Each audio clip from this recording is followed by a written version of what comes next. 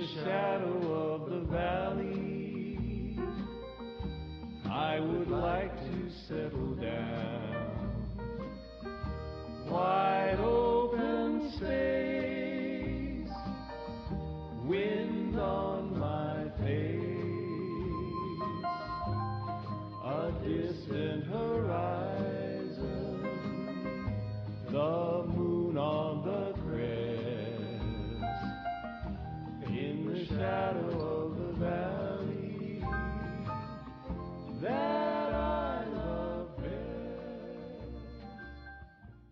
Hey everypony, DJ Smack Talk here with another update on Dragon Mawlers Inc. Sorry it took a while. We've been ironing out some issues with the way we get updates up here. News should be coming quicker and more accurately now. Anyway, after successfully dealing with some spies and assassins in Skyfall, it seems Death, one of the four horses of the Maw's favorite raider gang, invited the Maulers down to Apocalypse, their home base. Yeah, Death himself, it's nuts. So, the Maulers left Skyfall this morning and traveled southeast, but not without stopping at an abandoned power plant along the way.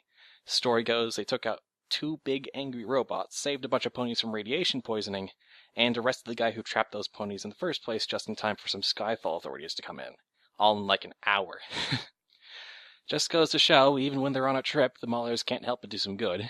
In fact, that's probably where they do their best work, honestly. I should know. So now it's coming up on the evening for all you listeners, which means by our estimates, the Maulers should be just arriving in Apocalypse to be a part of the Four Horses Gang's great conference. And let me tell you, the whole Maw's waiting for the verdict. This kind of thing hasn't happened in decades, apparently, but what we do know is this. The conference starts the day after tomorrow and goes until all 4 leaders come to an agreement, but usually doesn't last more than a few days. And what are they discussing? The Maulers, the executive, and the future of every pony in the entire freaking Dragon's Maw. Like I said, every pony's waiting on this.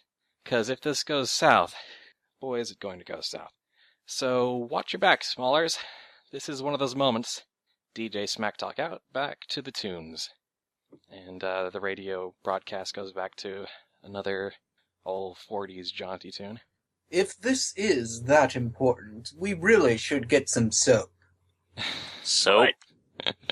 What? What The is heck are you soap? talking about? Yeah, well, I don't think the raiders will mind if we're not clean. Nice thought, For though. instance, it's quite usual and stuff to have, blood on the armor, things like that for raiders. Look, They're if not we really- really wanted to blend in, we'd want to find ways to get more dirty. Who said we wanted to blend in? We're supposed to be the arbiters. We do want to make a good impression, but I don't think, the whole soap debate's going to matter much. I think it's going to be more of an attitude than a physical appearance. Ooh. I agree with that. Alright, at this point, like we left off last time, you're just within sight at the outskirts of the Apocalypse settlement, which is kind of built into this sort of round recessed area. And all you can see is just like tons and tons of torch lights lighting up a huge gathering of tents and whatnot, set in, various, rings of, circular stuff. So all kind of gathering around the deepest central point. Ain't this in the mechanical cast zone? It's very, very close to it. It's on the border of the old backstab curse and where the machine curse starts. Machine curse is one we really can't afford to deal with. Well, some like of us like can't. the other sort of major and minor settlements in the area, it seems they manage to find a sweet spot. They're built on a sweet spot where both curses don't really take place all that much. So, I mean, the gunsmith curse is usually still in effect, but the towns are usually set up so that they're just on the border. Or like they cancel each other out or something? No one really knows why. Although Slayer Base was a bit of an exception, probably because it was underground, but the zombie curse was applicable over a small half of the base, but it didn't really come up except for when the Elder died. But anyway. But yeah, Skyfall and Gold Rush didn't have any curses on them within the city walls. and chances are neither does this place. So there are, if I'm hearing this right, there are dead patches in cursed lands where the curse doesn't work? Yeah, there are some dead patches, yeah. Oh, interesting. The curse doesn't get enough reception, so to I speak. feel like it's more the curse is each reception is interfering with each other. Yeah, true. And perhaps the dragon powers themselves only have so much range. Yeah. Tibbs is going to go to the pestilence-looking tents out of habit. The outer ring is, well, you're not really close enough to get the whole layout yet, but you can definitely see tents marked with sort of the pestilence colors immediately as you approach on your left, on this side, and what looks to be just on the other side, along the meridian that the road, draws. To the right is, war, and the other two gangs seem to be towards, the back from where you're standing. As you all start to approach, you definitely seem to get noticed from a bunch of raiders at the very edge. One Death Raider in particular seems to approach you very directly. I wave. Something I can help you with, mate?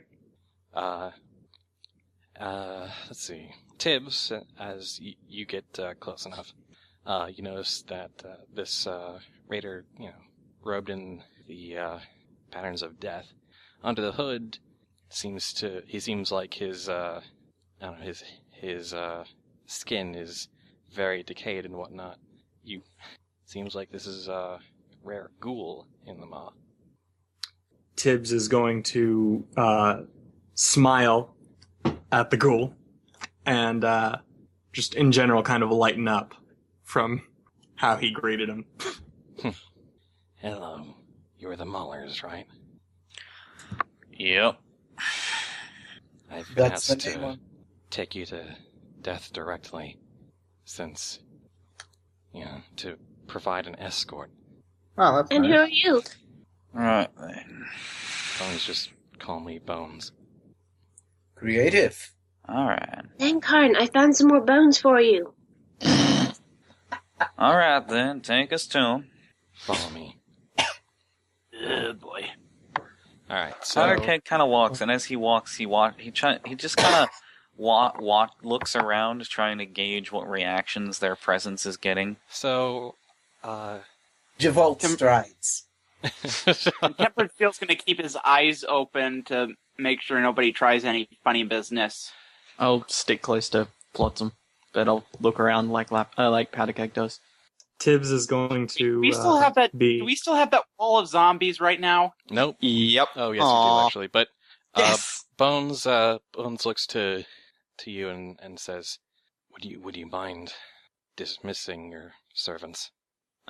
Of course. Just give a quick wave and they all vanish. Or dustify, I should say. If you truly require them, you can bring them back once we're within Death's camps. It's more welcome there. Of course. But Would hate to offend. yes. So, Oh, I'm sure you would. So you asked about the reaction you get. It wasn't much the further you were away from the town, but as you start to actually get into the throng of tents themselves and see all these raider ponies milling about, you definitely create a very significant disturbance as every pony realizes what they're looking at, and you hear bits of conversation starting out as whispers and gossip, but then growing into louder and louder, and like, "Hey, that's the pony who killed War. Hold it, those are the frickin' Dragon Mawlers. Hey, what the?" And you start hearing yells on all sides. It's like, "No, get out of here! Go away, Dragon Mawlers!" And a few others like, "No, let them stay. They should go. They should stay." Just arguments breaking out pretty much amongst every pony who sees you, all the way through the tents. No pony lays their hooves on you or tries to be aggressive in any way other than, shouting or insults or whatever. Nothing physical, but there's definitely a lot of animosity coming your way. Lotsam looks To- nervous and trots very close to Zangarn. However, Ti- Tibbs, you notice that since the first major group we passed through is the Pestilence group, you notice amongst your peers that there's kind of a different mix of emotions in regards to you specifically. It looks like there's actually quite a bit of relief, to see the doctor again, although some confusion and some dark mutterings here and there as, wondering why you're with this group still. Mhm. Tempered Steel is going to be carrying his hammer over his shoulder, kind of like not threateningly, but sort of at the ready, just as a kind of. Well, like not- I said, no. Well, no, I understand, but No pony makes a move towards you. Tibbs is going to lower his head a bit at the dark mutterings. But as soon as they get into the other encampments and, words and insults start being slung at the Dragon Maulers and requests to leave, Tibbs is going to glare down one and say, listen, you little shits! And We pretty much like all the group around you, you still hear chattering all around as, from all the raiders, but the group immediately near you just kind of hushes a bit. They were invited by the boss. By both bosses. You got a problem with that, you can take it up with me, and then you can take it up with them. Whatever's left of you. And the ones who were kind of muttering away from you just kind of look rather shocked, and then still kind of give you kind of a smoldering look, but then just kind of walk off. And the rest, amongst the Pestilence gang, you see a bit of respect and a bit of little kind of fear and worry as well. But the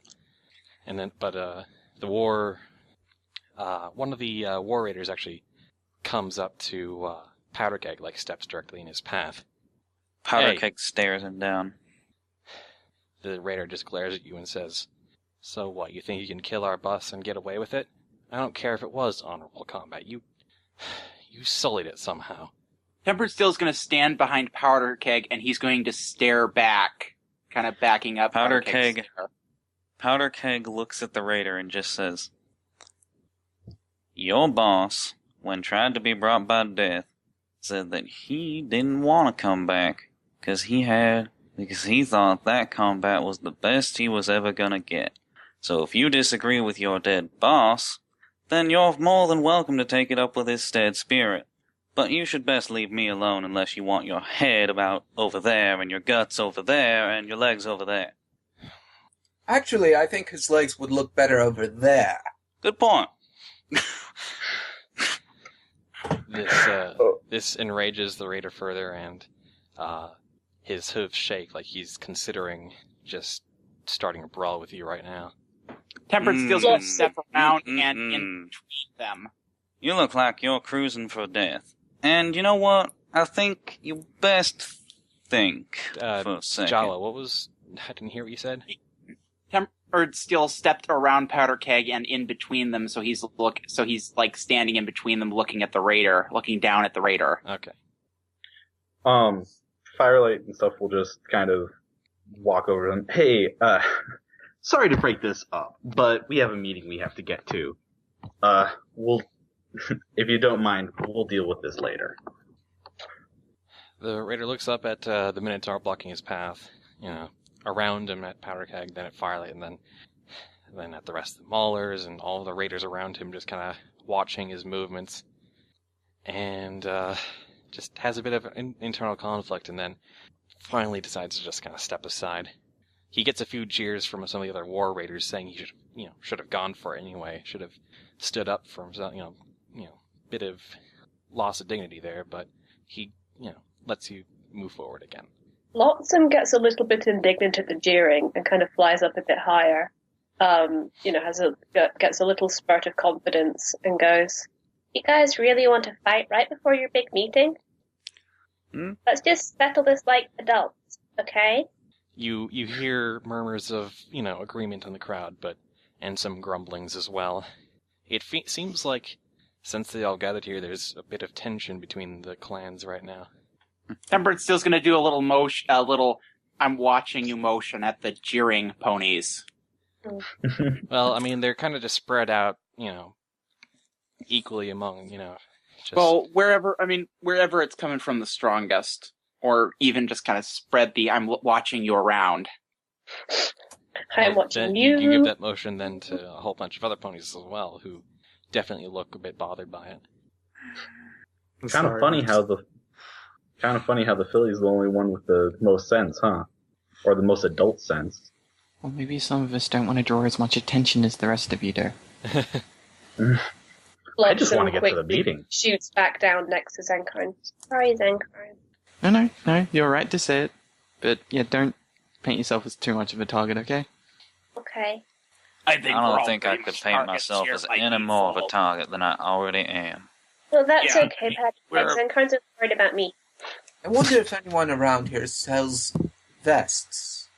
That was the opposite of comforting. No, I'm just... What about vests? Look, don't worry about it. Vests. I was thinking of getting myself a dapper suit. Can we just get to the meeting already? Yeah, you've been continuing to walk along this whole, after the raider left. Bones has been leading you along. You pass through. Eventually, you get out of this section of the pestilence camps, and you enter more of a sort of marketplace that kind of bridges the gap between one set of camps and another. There's also a few pestilence ponies working just sort of medical stands, offering, healing potions and whatnot, and a whole bunch of ponies setting up stalls selling various, crafted wares and whatnot. And Industrious little bastards. Is there a tailor? Surprisingly, there is. Trust me, Mike, you won't want their clothes. Unfortunately, this tailor, she's only selling, raider gear, armor, whatnot. We're now going to have Javolt obsessed with getting a suit. Various face paints, So, and then finally you pass by on your right some bigger, just more like, chief-like tents belonging to a pestilence gang, and then finally you reach this section of tents that are, similar sort of big, big meeting tents, this time with Death's colors.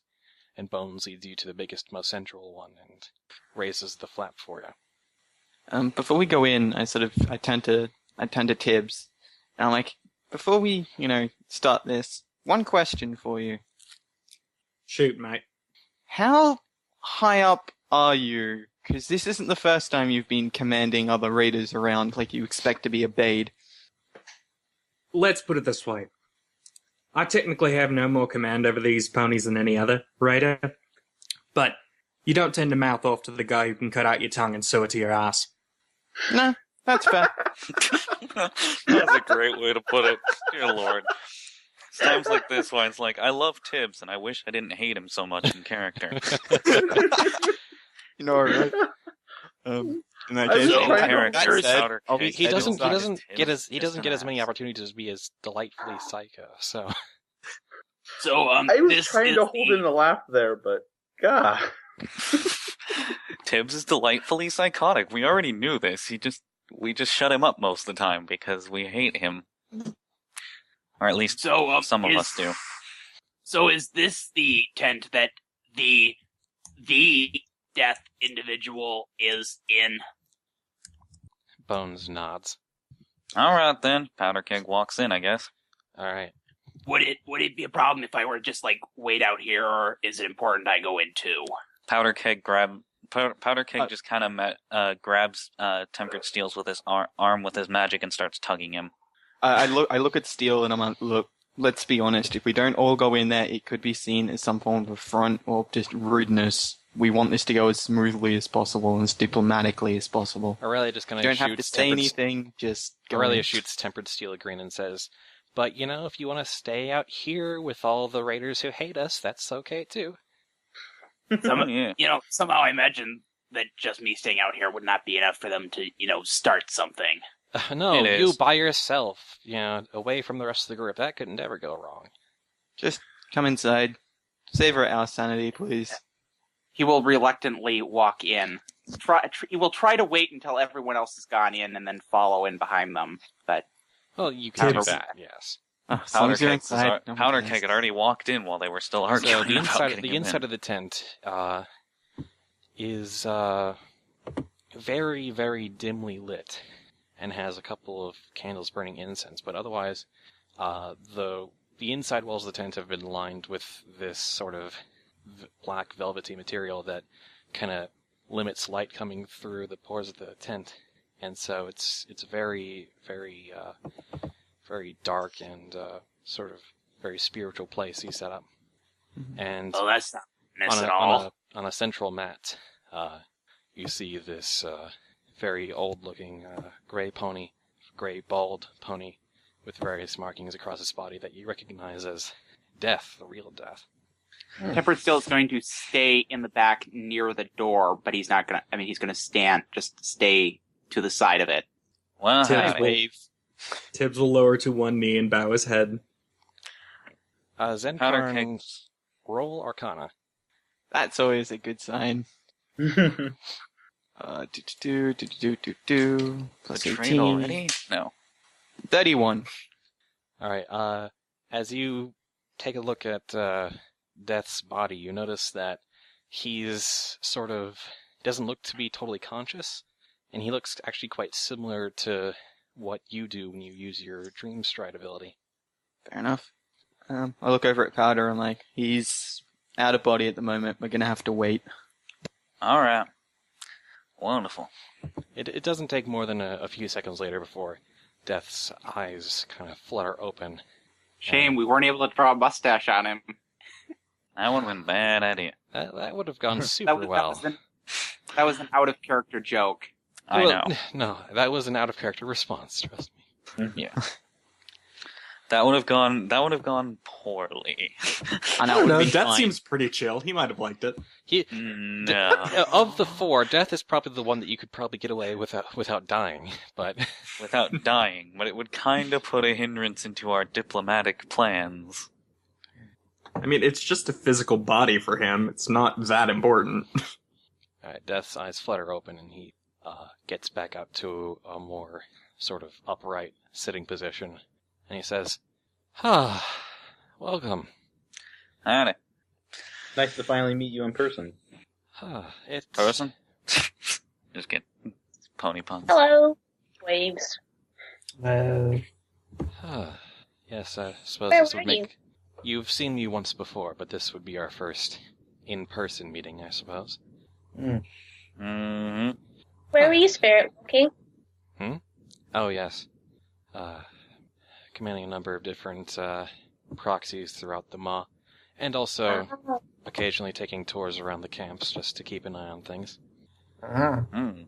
A few of my most elite followers know how to do this too. It makes scouting and surveillance very easy. I can imagine. I can imagine you know a thing or two about its benefits as well. I bet you'd like to learn how to do that. Well, yeah. Yes, thank you for joining us. As you can see, you have been properly invited. The gangs know to not lay a hoof on you. Mm-hmm. And what a warm reception we got. Well, we can't exactly stop them from, having opinions about you, but For raiders, it was relatively warm.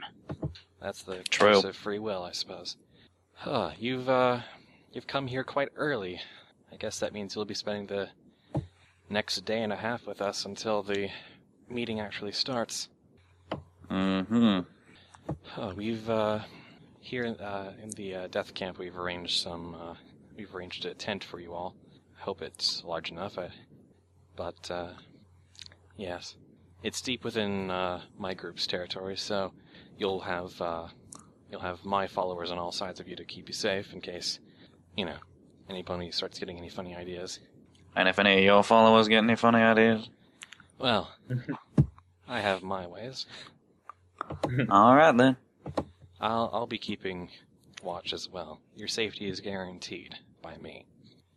And, in part by pestilence and hopefully by conquest and famine, but Lots I of would pulls and like takes to when have a he's- word with Pestilence and Conquest before we start, if possible. and as arbiters, you have the right to do that. You can even walk up to Famine, and he's forbidden from tampering with you, but I don't know if you necessarily want to risk that. I don't trust Famine within an inch of my gun. In My the gun interest, don't in the fire interest of very fairness, though, you might want to pay him a visit anyway, at the very least to keep up appearances of impartiality. Indeed. I want to know what he looks like. I'm just sure he's gonna do his tricky mind shit. Not easy to stop. Well, like I said, forbidden from tampering with you, but Death just kind of sighs and looks off to the side contemplatively, and he says, since in the last day or so, things have gotten tense here in Apocalypse.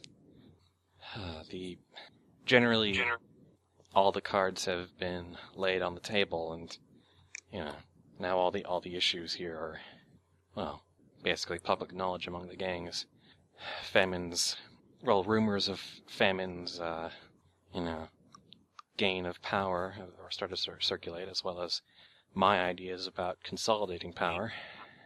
And generally, I guess the main issue, there are concerns of, one gang trying to overwrite another, because, a lot of us have become weaker since you started wreaking havoc. Mm-hmm. I'm kind of sorry, and also kind of not sorry. I'm very conflicted. A while back, one pony taking control of all 4 gangs would have been unthinkable, but, well, now we're just small enough that, well... Doesn't the executive want to take control of all four gangs? Yes, there's that as well. I'd much rather it was you than him. Well, I'd prefer if, my brothers could stay brothers and not feel like we need to watch our backs for knives, but... If Famine attacks us, I realize there's a peace accord at the conference, but yes, what's his punishment if he attacks us? If he attacks you, then he is he's forbidden from sharing his peace at the conference. His opinion will no longer have any bearing or weight on the decision of the consensus. I give Powder Keg a a small sideways glance and a small nod. That said, provocation is exception to that rule. Wouldn't dream of provoking him. Well, I suppose you already have, and to be honest... What about self-defense? Apocalypse is, even with the Doomsday pacts in place, Apocalypse has never been a place for foul play, but... Well, we had this discussion before. This is going to be a very different session of Apocalypse. Mm-hmm. Well... What about self-defense? Well, obviously, if you start a fight, then you're free to finish it, however you like. Prefer if no one died. We haven't had a pony die of infighting here in Apocalypse in a very long time either. Chem abuse, sure, but not infighting or subterfuge. Alright, now. You can see that at this point, Death just looks very worried, really. Looks very unsure. Like there's a lot resting on his mind. Can you tell, generally, which way most of the raiders are swaying? Towards our idea, or Famine, or is it just too difficult to tell? No, it really is very difficult. Well, I guess what makes most sense to me right now is to go talk to the other ones, figure out what their agendas are, and see if we can't sway them to ours. Yes. How long do we have before the meeting starts? You have all of tomorrow, and then until 9 a.m. I believe is when we officially start. Okay. For what it's worth, I'll try and keep these guys out of trouble. She tries to give a small smile. Alright, And starting with the easiest. Dibs. wait, will- I have a question. Sorry. No, it's But, fine. does it have to be a unanimous consensus of whatever the decision is, or just is it a majority vote? It has to be unanimous. Hmm. All 4 of us, backed by our closest advisors, have to come to an agreement. So what? What I happens guess if we you'll don't just agree? We keep talking. Ad infinitum potentially. Well, potentially, yes. But these sessions have never lasted more than a few days, even with a great disagreement. Alright then. Last So, Tibbs. time we discussed this, it was about the dragons and the curses, and whether we should take an active front against them. Active's decision was no. I was one of the ones who was initially for it, but we came to an agreement after a couple of days. That must have been a while ago. Very, very long time ago. Then. Different time, but anyway. Tibbs. Tibbs will rise to his feet and raise an eyebrow as he turns to Powder Keg. You've got some clout. I figure it'd be easiest if we can get you to go in and try and arrange the meetings with all the rest of them. I'll definitely be able to get you to see Pestilence, but I don't know the new guy. I don't know the new guy, so that's a thing. And well, we'll see what I can do about Famine. Death says, you may talk to me or Bones if you need help arranging any sort of diplomatic meetings. What did you say about the new Conquest guy? Yes, our new brother to replace War. Once he was War's second, and well, he's just very recently assumed direct command, and now has to speak for all of his War brothers on the issues at hand. You said he was slightly receptive, or not at all? Somewhat receptive. Definitely as a, raised up through the ranks of the gang, he learned to respect, the 4 of us as, well, I hesitate to say gods, but we do tend to cultivate that image sometimes. And now he's, been promoted up to our level, and I imagine he's coping with having to, He's got big old shoes to fill. Yes. Definitely a strong, very strong warrior in his own right, and with inheriting, War's equipment and whatnot, I imagine he'll be just as terrifying a force as War once was, but Leadership's another thing. he can command his troops for sure, but this is the exact situation for which he is not prepared. To battle not with swords and spells, but with ideas with all of us. And in this instance, the potential politics of which we've never had to deal with. Which is us, the executive, and other stuff. And basically the future of the 4 horses. And by extension, the rest of the Maw. We've been the closest thing to a controlling force in this entire section of the Waste. How we decide to move forward will affect pretty much everything else. Mm-hmm. Of course, some ponies are more concerned about that than others. Mm-hmm. But Conquest has been hard to read. He's been receptive, but not terribly open. So it's hard to tell where he exactly stands. He's been listening for sure, but hard to tell what he actually believes once our words are done bouncing around in his mind. Alright, if then. you catch my drift. How best do you suppose I could get a meeting with? Oh, just send word over to their camp and, arrange a time. Got a curry I could borrow? He looks to Bones and says, "Would you care to do me another favor, old friend?" And Bones bows and says, "Of course. Anything." And Death, almost out of nowhere, summons out a sort of piece of parchment with words already written, and sends it over to Bones, who takes it and heads out of the tent. Right then. So I imagine you'll get a reply very quickly, and I'll let you know the time. Right. Tibbs, go ahead and send one of your papers to Pestilence. Watson, could I borrow my sheets of paper? Watson hands him a sheet of paper. And Tibbs will send off a quick note to Pestilence, just stating, we've arrived at the camp. We'll meet as soon as you're available. Alright. Can send that message off easily.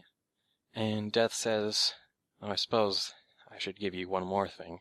He wills into existence a little paper with a drawn-out layout of the camp. A map, huh? Posting in the chat. Preparing to do Fallout-style sub-map? Yay, maps! While we're having this very slight lull, the rolls room isn't showing up anything new for anybody. Spud? Oh, really? Yeah. Try refreshing. What's not showing up for anyone? Well, I've actually noticed... okay, now it actually works. Like, it was, from the stream, nothing was showing up. Ah. It was just, we saw, two Javolt, the logical one, and that was it. There it is. And now everything's there, so... I've noticed this with live stream the past couple of days, if it's, minimized, or sometimes if you haven't clicked on it in a while. That might just be with my computer, mind you. Ah, refreshing, okay. Yeah, because it was fun in the window, and I guess, yeah, okay. Thanks for the heads up. It might just be Hitbox being weird. Well, yeah. Could be many things. It's a new and mysterious technology. Anyway, but yes, he hands you that, which is general outline of the layout of Apocalypse. Right then. Now, one last thing. How do we get sure. a message to Famine? I understand if you want to save that for later. No. Gotta keep up appearances. Send them all out at once. We're being fair here. Suppose so. I'll handle that end myself. I'll be your go-between on that. Alright then. Thanks for your help, Death. Thanks for your help. Best of luck of all of us in this endeavor. I don't think I have to tell you, but definitely keep an eye out for, anything suspicious. That's specifically why I wanted you here. Yep. About what I expected. Got my eyes on Famine in particular, but Conquest sounds like he might try something too. That'd not be good. Alright. Anything else you want us to know before we head to our tents? Well, the map has any sort of facilities you would need.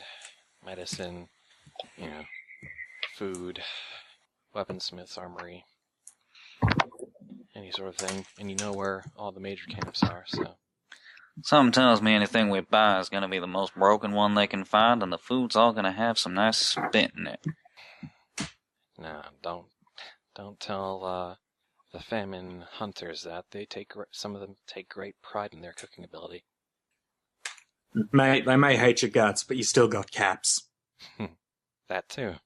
In fact, you might have more caps than most single raiders do by themselves, but whether they can, ignore your reputation enough to give you a fair price, that might be another issue. Mm-hmm.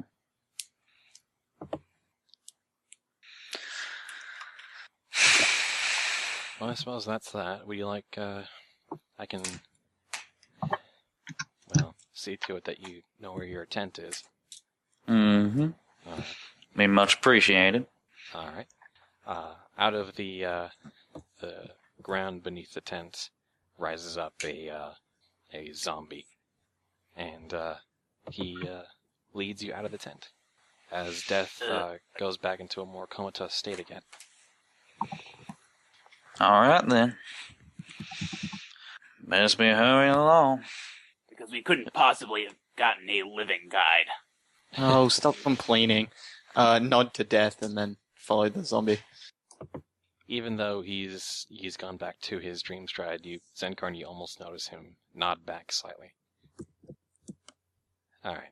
So, the zombie pony leads you out of the meeting tents, past a bunch of the communing tents, which has a mix of seems to have a mix of death and pestilence ponies milling about them, and then towards more the center of the general army tents of the Death Gang.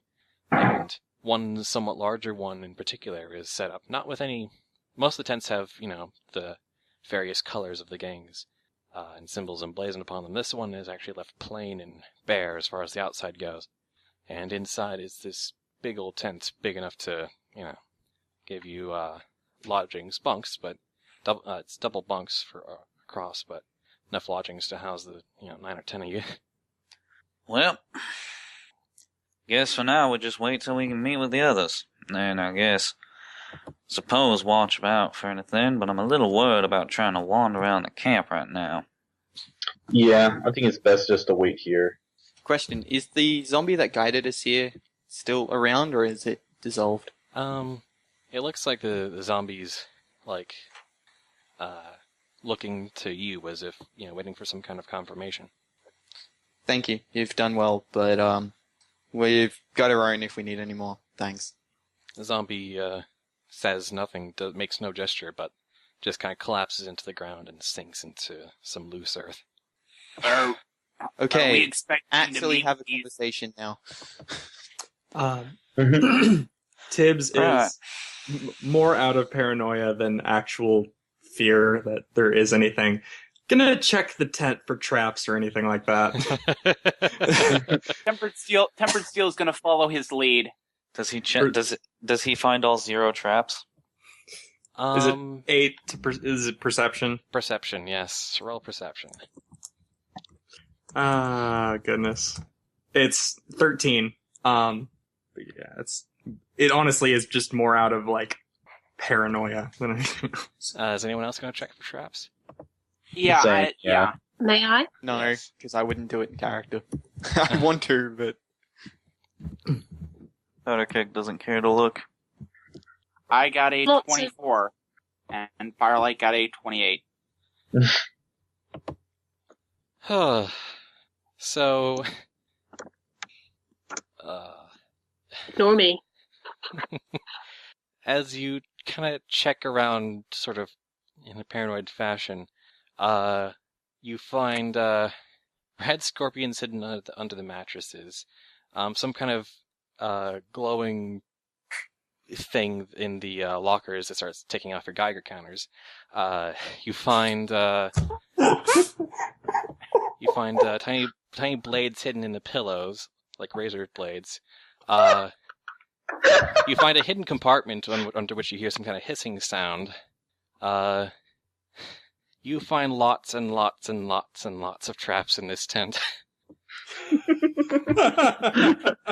Well, Oh man, all for sleeping outside I feel so welcome here. of Apocalypse. About 50 miles that way. Yeah, let's just go back to Skyfall. We'll come back when it's actually meeting time. Oh, goodness.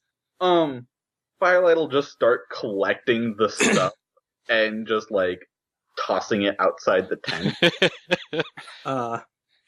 Tempered Whoa. Steel will assist. Tibbs is a going... couple of the death raiders in the neighboring tents kind of notice what you're doing, and one of them kind of mouths, "Oh crap," and runs back out to the command tent. Tibbs is going to turn to Firelight and Tempered Steel and say, "Save the red scorpions. I want to take the venom sac out. It's useful." Oh no, most definitely those ones. Useful for what? None of your goddamn business. Lots Man, and grins. Okay. So you'll see. Well, Also, I'll ask any of the traps and stuff that are more mechanical and everything and difficult to disarm. I'll ask Flotsam to Flotsam or It'll, Powderkeg and stuff. Powderkeg can deal with them. Or Javolt. it'll be Tempered my Steel pleasure. if Tempered Steel actually does wind up grabbing any of the Rab Scorpions, he's just going to toss them outside too. But yeah. While they're doing that, I might just pull one of the small, the dragon wing bones I picked up in the first session. And I'm going to use it as a arcane alarm. Just around the tent. I presume once you're sure that the tent has been thoroughly disarmed. Oh, yes. Was the glowing radioactive orb anything other than a radioactive orb, or does it have any actual significance? No, it just seems to be just kind of this brick of radioactive material. I don't suppose there's any way of this safely hardened sludge. Tibbs will put it in.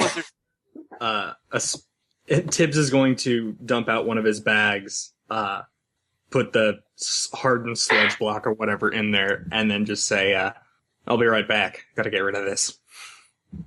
I don't suppose there's a way to safely store that for any reason, is there? Unless you got a lead box. Not really. Fair enough. And I question the motivation or what kind of possible plan you have in mind for that piece of radioactive material, but okay. Tibbs is just, he's just going to run opposite direction of the tents and just dump it out somewhere far away from them. All right. That's all. It's not like there's no secret plan or anything. It's you just dump it far away from the town. He's rehiding it underneath that tent to poison us all in our sleep. I just know it. Including myself. Yes. Mutually assured destruction. You can cook up enough meds to keep you alive. I'm pretty sure mutually assured destruction is the name of an achievement in at least one Fallout game. Pretty sure it might be the name of a quest, but anyway. You're right. There's also it might be. Quest where you're supposed to get enough radiation in Fallout 3. Well, that's the Wasteland Survival Guide. Stupid Wasteland Survival Guide, and that girl who's really obnoxious. I like Moira. You shut up. I find Moira completely annoying. She is, but she's also Moira great. And will not hear any words said against her. Moira is best owned. So marked as essential, so I could never get rid of her. Tibbs, as you come back after dumping the radioactive sludge brick thing, you find that there's this huge pile of stuff slightly writhing just outside the entrance of the tent, including what looks like some sort of complex electrified mousetrap mechanism. And around the same time that Tibbs is coming back, this shambling black road figure comes by. It looks like another proxy of death, and the proxy just looks over at the pile and says, "God damn it, really?" Yep. Gave us a lot of presents. Well, part of me says this is absolutely expected, and part of me is just very disappointed. To be fair, things like the rad scorpions could have potentially and theoretically found their way in here themselves, so... Onto the sheets. Well, you never know what wildlife is capable of achieving. Sludge Orb was pretty funny, though. I won't lie. There were a couple of them that were, kind of amusing, so it's not like we're mad. I was particularly fond of the razor pillows. Good night's sleep on those, I'm sure. That was clever. We should do that to chuckles someone, a bit at actually. that. Well... Hey, that makes me think, what are the razors in the pillows like? Are they just... Oh, but make no mistake, I figured out who was responsible for that. As soon as the conference is done, I did. Well, it may take... how big of razors are they? I'm not going to devote any more brain cells to that. Other than the fact that they existed. For it actually to be an effective trap, that'd be bigger than shaving razors by about 2 times. So that it wouldn't be that much of a subtle trap, but if you laid the pillow right, you'd be fine. Does that answer your question? Not even necessarily for that, but if you need to, cut it things. doesn't matter. We can discuss the logistics of razor pillows after the session. Yes. Yeah. Or maybe never ever again, but either way. I think I'm with Spud on never again discussing the specifics of razor pillows. Razor pillows are the best. Sell them to the general public. Anyway. Razor pillows, razor Raptor's younger brother. Necessarily have to use the razors for pillows. We could just have the razors as a cutting utensil if we need it. Oh no. So not on individuals. I'd use it on individuals. I'm not gonna lie. So okay, enough about the razor pillows. Yeah. Come on, guys, we've got proper shit to be getting it done with. We were competent last week. What happened? I don't know. Raise It's a like pillow we were back. put in a Build our situation that closure. Now actually we may matters never to be the competent plot. again. Guys, we were competent last week because it had nothing to do with the plot. This has everything to do with the plot, so of course we can't be competent. I understand your logic, and it scares me how accurate it is. Anyway, Okay. So, Death just the Parsi just kind of rolls his undead eyes and looks around and says, "Alright, what I'm going to do is I'm going to arrange for you to stay in one of the death tents. I'll just prepare a bunk up in the meeting hall for whoever you end up replacing. Yeah, I'll probably split you up amongst 3 other tents that, definitely haven't been booby trapped." I look at I'm them. not sure. I don't know. You know. We kind of got rid of most of the traps. I think I'm fine staying here altogether. Yeah, I'd prefer to stay Yeah, in a group. but- That's okay.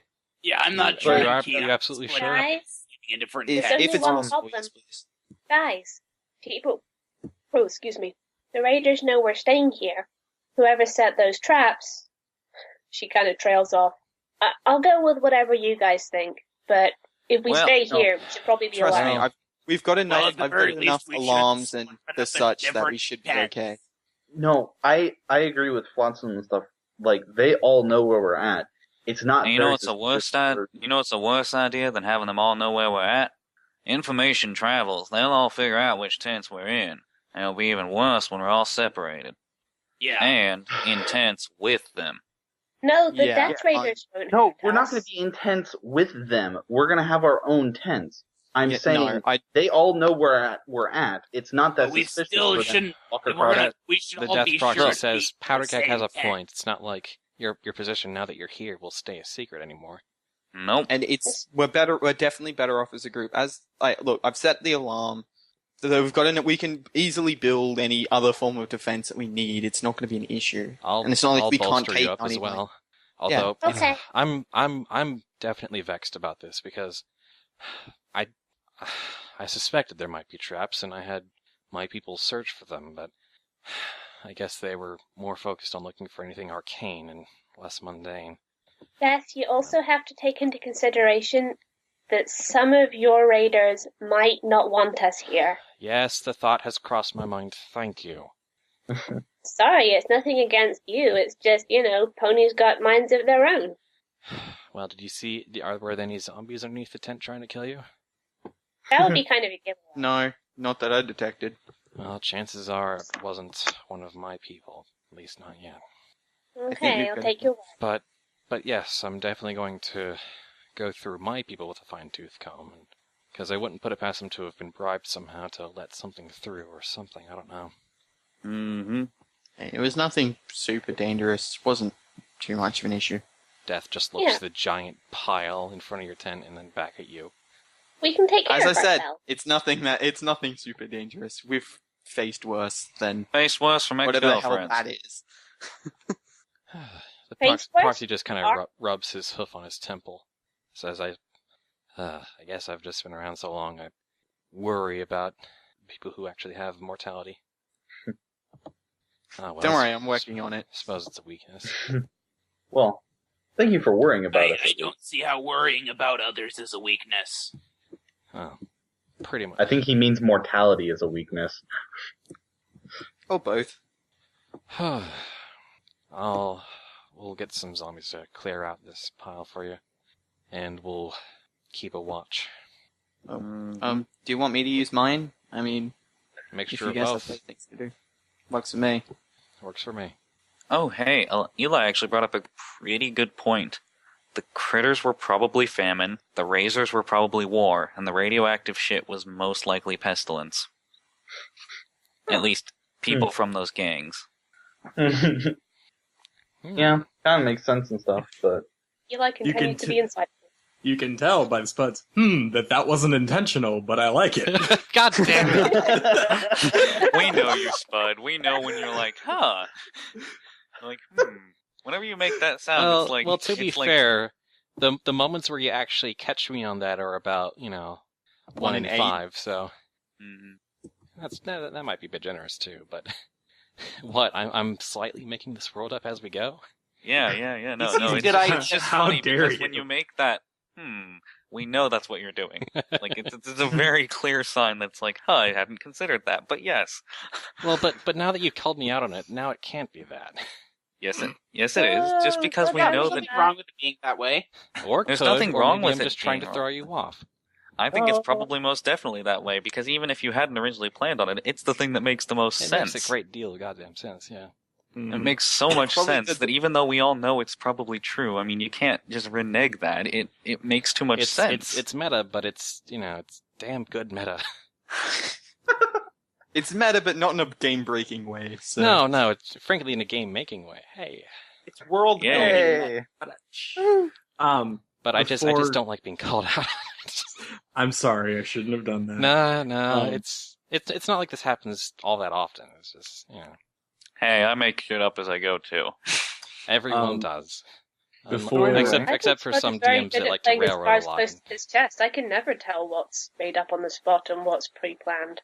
It's awesome. I probably don't play close enough attention to tell the difference. I just write I pay 50 very close bazillion attention. pages of notes. It's the easiest way of doing it. Oh god, the live stream chat is nothing but razor It's pillow still- jokes. Yeah, Like for the past 10 minutes. yeah. These are pillows. Anyway, we should Have to have someone I guess to to our look- characters, we should set up a watch cycle just to be extra Yeah. sure. Tibbs was Yeah. Probably a good actually idea. going to do that anyway. But what I was All going right, to say so was, we know they're probably going to try. The funny thing is, you've got 9 characters who can share watch. Aurelia Mm. might not be all that interested in being up late, or maybe she is. Who knows? Aurelia's it's a hard to teenager. tell Of course, because she's interested in teenagers being can up late. Sorry, Yeah. quick question. What Yeah, does teenagers what can form both does Chica be take? can both Um. teenage- Right, Chica. Chica has actually opted to be in her natural form. It seems, Oh, really? It seems Interesting. mainly for a sort of intimidation factor. Ah, It seems the Raiders kind of give her a wide berth because she looks so very different from everything else. Well, uh, all right. she's So let's going set up in, a She's going in launch. her natural changeling form. Tibbs 'Cause, is... Then- say sorry, you wanted real to say fast. something? Yeah, before the zombies come and take away the writhing pile of stuff, Tibbs is going to methodically pluck out, kill the rad scorpions, take out the poison sacks, and then toss the corpses back into the pile. You do that. You get actually a pretty hefty haul, like about a dozen or so venom sacks. There were a lot of red scorpions under the bunks. Yes. By the way, what was that hissing sound in that hidden compartment? Those were snakes. So was there anything in the hidden compartment aside from snakes? Nope, it seems to have been freshly dug specifically for that purpose. How big a hidden compartment is it? It's like about half a foot deep and about a foot wide box. Big enough for snakes! Snakes. I'm so tired of these snakes. Can Craggy eat any of these?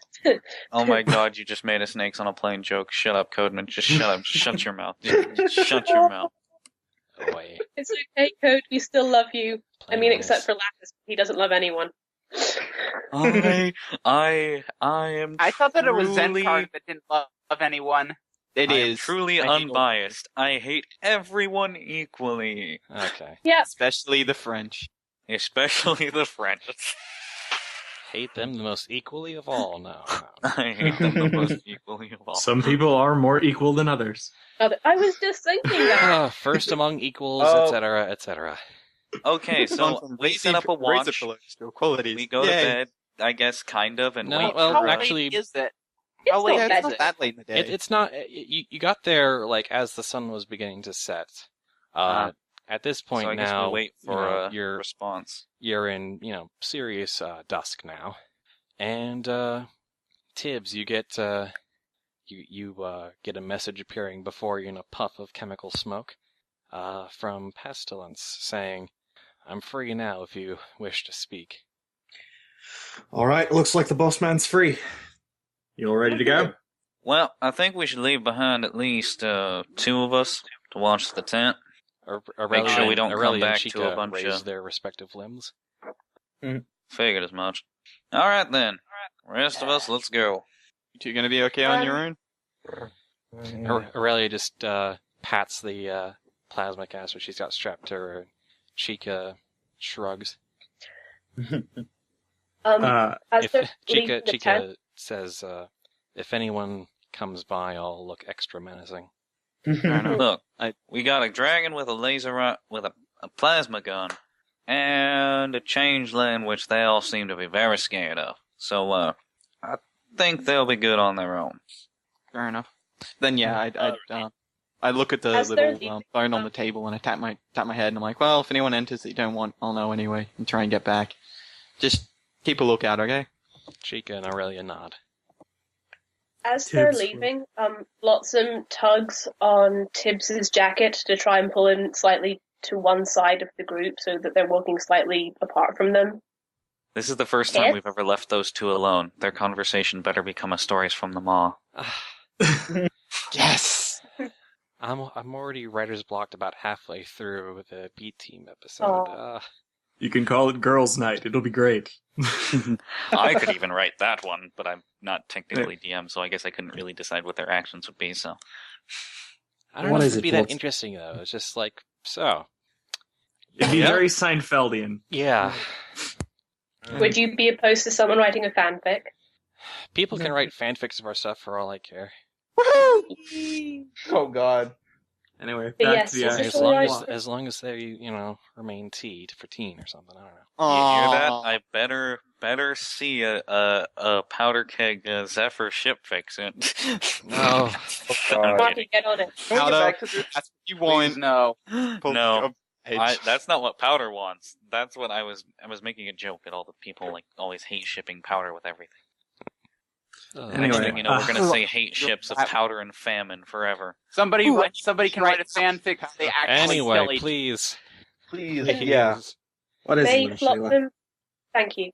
Tibbs, before we talk to Pestilence, did you tell him anything else about me besides the fact that I have a telepathic link with Zankarn? Did you tell him about, Eiffel? Yeah, I did. He knows. He knows. Would he have told anyone else? Any of the other in the executive? Flotsam just looks incredibly torn up about this. Anything would- else I should... Listen, little Sheila. What? I've been in Pestilence's gang for a long time. I told him that info because I trust him, alright? I know that what I did was wrong by a lot of standards, but he's my boss, and he's a pony I truly do believe in. And That said, if I ever thought anyone was going to use that information to harm someone like you, they wouldn't have gotten it. I just wish I could believe you. Say, Tibbs is just going to shrug at that. Trying not to cry at that. Tibbs, that Yeah? magic paper, the chemical paper, I mean, Mm-hmm. if I were to write it and set it on fire and think of someone, would I send it somewhere, or does it only work for you? I can teach you some of the finer mechanics of it so you can send the message. And no one else Isn't- would see it except the person I sent it to? That's correct. I think I'd like you to teach me how to do that before we go into the meeting tomorrow. Alright, I- we'll do that. We'll do Send that a tonight. message to my family. I Alright. hate to clarify, but the meeting's not tomorrow, it's the day after tomorrow. Sorry, yeah, sorry, I assumed she said the actual time. Yeah. Tibbs will nod and say, alright, we'll do that when we get back. Hey, Tibbs, Mm-hmm. I know that I don't trust you right now, but I do still love you, okay? I appreciate that, little Sheila. Okay. And then she flies off to catch up with Zenkarn. Powder keg does his best not to gag as he overhears this exchange. I deliberately took him away from the group. Well, given the sort of tightly packed nature, it wouldn't be Yeah, hard for yeah. him to overhear even over the din of the crowd. I pat Flotsam on the head. I'm like, you know what? You're probably the best of us. He's still an asshole, though. I'm really not the best. Anyway, Can I actually talk to Tibbs before going to the tent as well, or is we already Everybody at the tent? talk with Tibbs. Sorry, I just wanted to. Sorry, we can. I can ask the question and stuff again later, but No, we got time for one more, I think. As you're walking along. then, Firelight will just walk over to Tibbs then, and while we're heading to the tent. So, does it always seem like this whenever there's a big meeting? Sometimes. It kind of depends on the subject at hand. Hasn't really been much to pull a meeting for lately, though, so not that I remember. I mean, I'm not always here. Alright, I was just wondering, because it just seems like, I'm not sure if everyone here is so tense because of us, or because they just are like this whenever they meet. Well, there's always going to be a bit of roughhousing and general tenseness. We all think we're the best, after all. Yeah, there's always a bit of rivalry between the four. But, no, this is more than that. Oh. Alright. Because I guess I'm just not used to seeing this, at least with the Raiders. At least my old family and everything, I mean, I guess we were a lot smaller though, but not so much politics. Yeah, this is definitely, for Raiders, yeah, both Tempered Steel and Firelight, this is, bigger than any group you've been part of. Well, yeah. That's why I'm, commenting that to Tibbs and everything. Just a side effect of being one of the largest raider groups in the entire blasted country. Yeah, I guess that is a side effect. And also, Powderkeg just kind of offhandedly comments, I've seen raider groups small enough that I was able to wipe them out from a region. Raider groups large enough that not many farms could do much to them. But this one I ain't even made a dent in. Not even slightly. Well, sounds like you resent that. It's Powderkeg. Maybe I do, maybe I don't. Depends on how this all turns out. Yeah. Turns out, well, maybe I regret killing so many of them. Turns out poorly, maybe I'll kill a few more. Well, in that case, I get the hope very this turns out distinct and very striking feeling you'll never regret killing all them raiders. I won't regret killing you. Well. Alright, so where's that tent? Yeah. Princess now. That's a fun one. What? Tibbs said, I love you Tibbs- too, Tibbs- princess. Oh, okay. Tim said, I love you too, Princess. Powder just said, Princess. Oh, that's a fun one. Okay. Didn't catch that over the, oh god, awkward. Thought we were over this, but anyway. No, there's always a little voice in the back of Powder's mind saying, why is Tibbs still alive? Alright. Because Tempered Steel won't let you kill him. Exactly. Pretty, I mean, really. Pretty much. Nobody will let Powder kill him. End so of he the day, stays. plenty of other reasons, but end of the day. I'm pretty sure Zenkarn would let you kill him. No, I want to give him eternal life to make him mad. Completely different. Okay, no, we're not revisiting that session. We're not. No. No. We're We're done. moving forward, we're not treading back. Mm-hmm. Group split up again Before right too now. long, you arrive at the central command tent for Pestilence's gang in Apocalypse, and there's no one there at the front of the tent to stand guard or anything. There's a kind of a very slight wisps of smoke coming from within the tent. Tibbs is going to turn to the others and say, now can I expect you all to be on your best behavior? Sure, not? sunshine, kitten. Good. Not on my best Because if behavior. you're not, gonna skin you. Like to Oh. see you try. Oh Yeah, gosh. Okay, everyone in the tent. I roll my eyes at Tibbs before I enter. Alright, so y'all head inside the tent? Mm-hmm. Yeah. Alright. So you head inside the tent, and The inside of Pestilence's tent is filled with shelves. It's lined with these shelves full of different herbal-looking things, and there's a central table upon which there's just a sort of messy pile of just looks like all sorts of different sort of raw ingredients. Off to one side, They're all getting high, aren't they? No. What? No. He asked if they're all getting high. Off to one side there's this bunk, and resting on the bunk is this sickly-looking pale green earth pony, who's just lying on the bunk. Who every so often he kind of winces in pain as what looks like this leech-looking thing is kind of attached to his upper chest. And What the hell? He looks to you as you enter, and he says, "Oh, welcome. Dragon Mawlers, right?" Yep. Oh, could you You're looking tell? good. Well, make yourselves comfortable. Just a second. Pestilence reaches up to the leech on him, and kind of just very roughly just tugs it out, detaching it from him, leaving a whole bunch of these marks on his upper chest. He reaches out for some salve-looking thing and some bandages and starts patching himself up. And Why? continuing to look at you, he says, "So, you're the arbiters of our little conference, right?" Yeah. Yeah, we are. Guess if that's what they want to call us. Tibbs is going to turn to Firelight and just kind of whisper, "Don't question it. It's... Don't question it." Can I question you later? Pestilence he just chuckles a bit. They're free to ask all they like. I enjoy telling. Okay, then just one question. Why?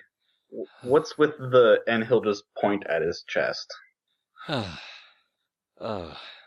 latest in a lifelong series of trials. Trials to what? To test my body's inner strength. Oh! You know the saying, what doesn't kill you makes you stronger, and what hasn't killed me has made me very strong. I don't know, you look like you've been made pretty weak.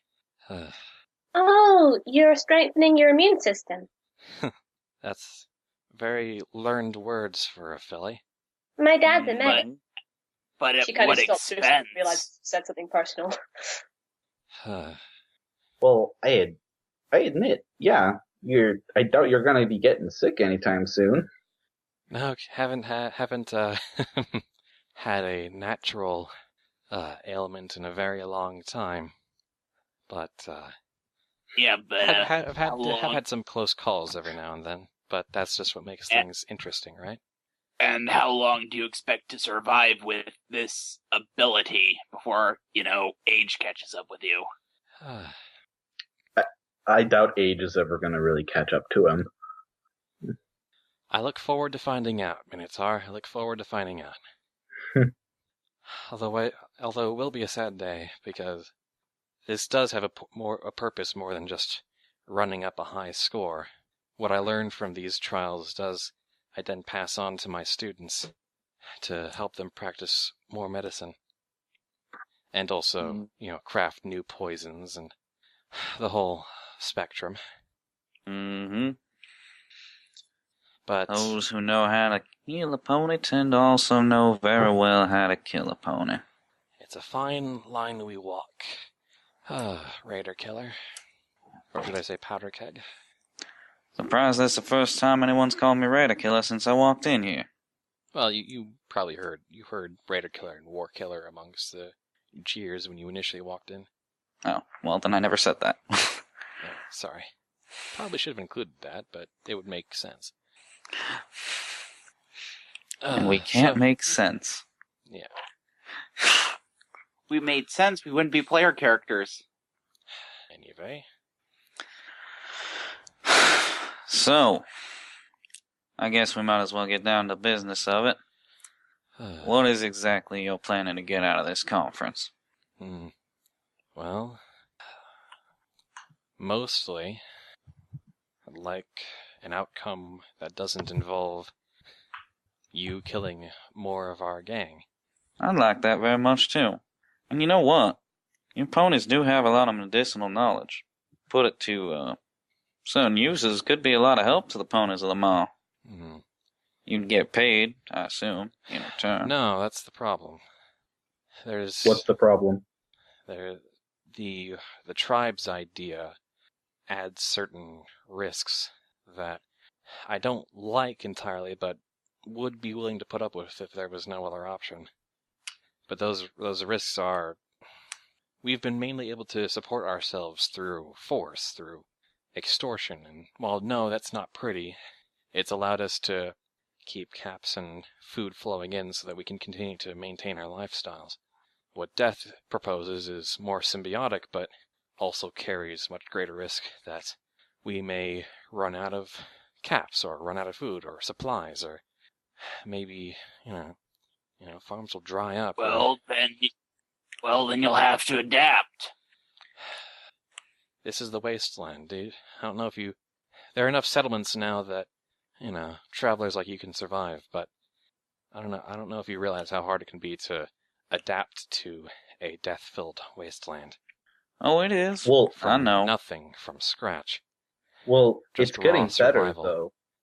Oh, Considering that up in Gold Rush and everything, we have that farm that's growing and getting in more and more crops.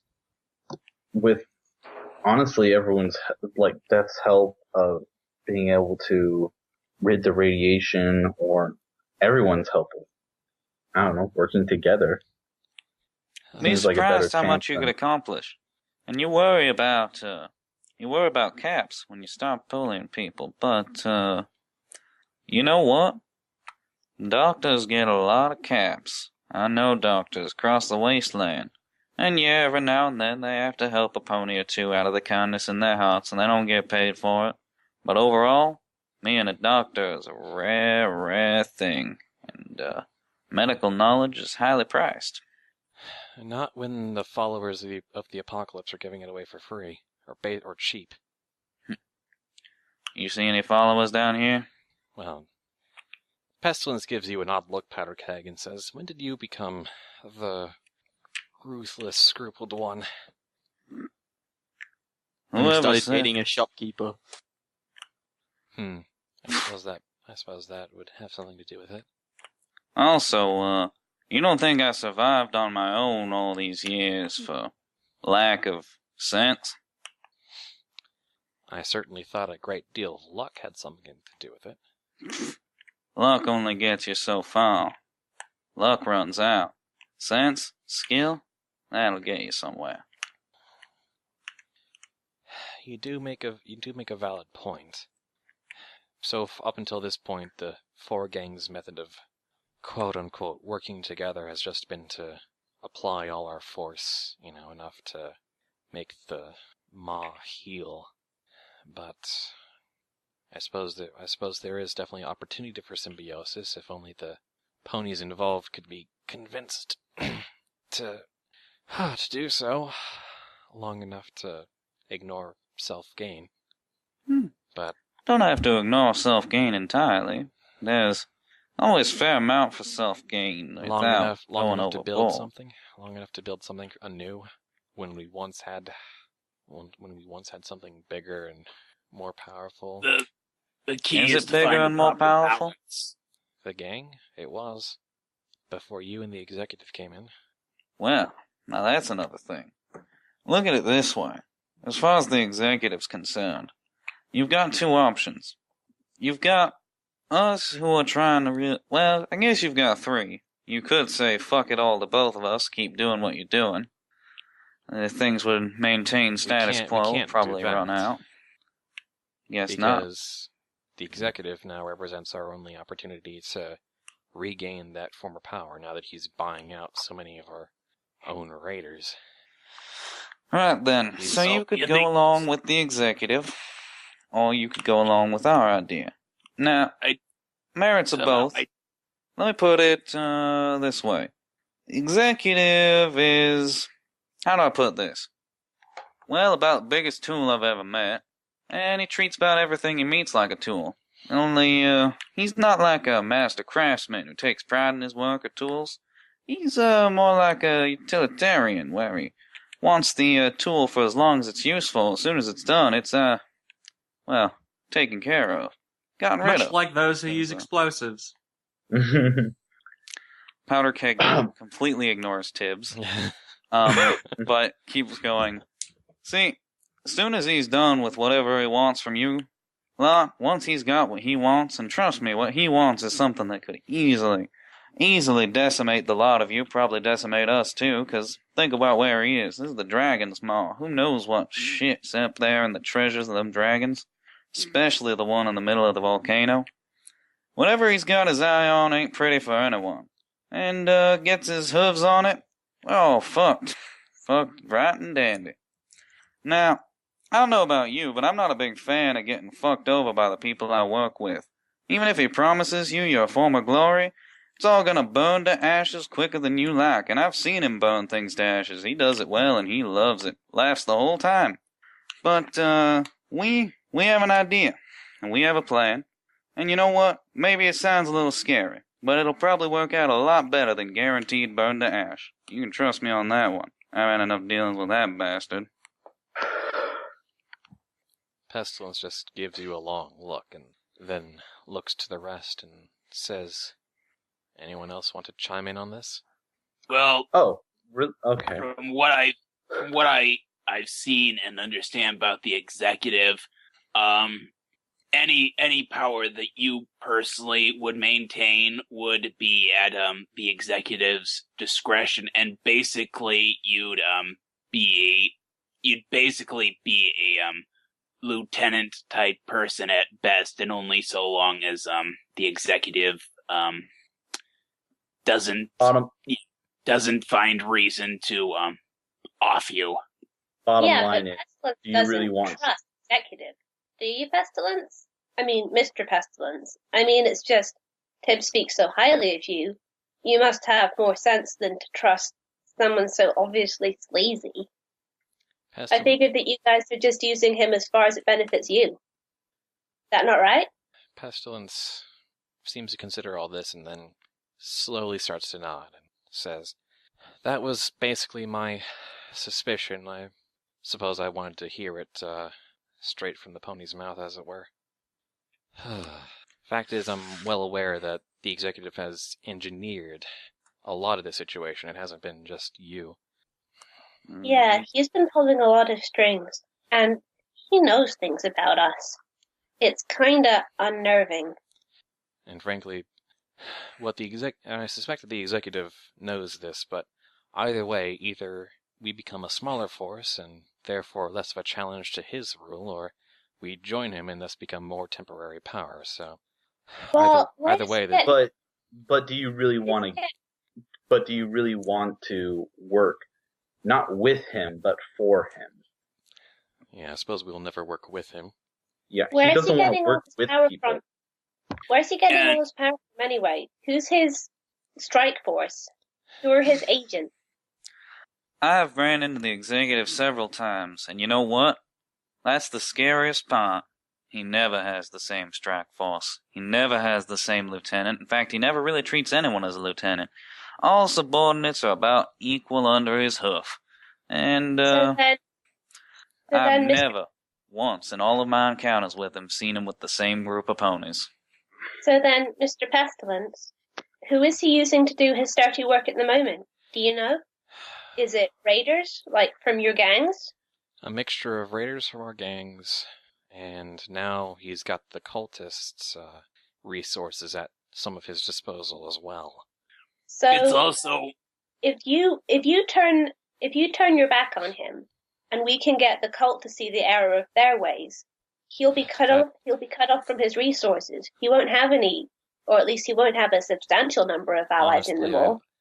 Pestilence just shakes his head and says, honestly, I find the prospect of making any headway with the cult even more daunting than either of the options that our gang faces the next couple of days. I'll be honest. I'm kind of worried about going up against the cult too, but we do have Aurelia on our side, and some of them do seem to respect her judgment. It's also worth considering that if you do end up siding with the executive, we'll be back to being solid enemies, and that I don't see that working out well either. Yeah. Pestilence nods and says, You're right. I was mostly on board with death anyway. I don't know. I wanted to see you and speak to you in person. See if maybe, I don't know, something about you would tip me off that something wasn't as it seemed, but no, you're being honest. Mm-hmm. Out of all the we ponies are. here, Relatively speaking, we are the good guys in this.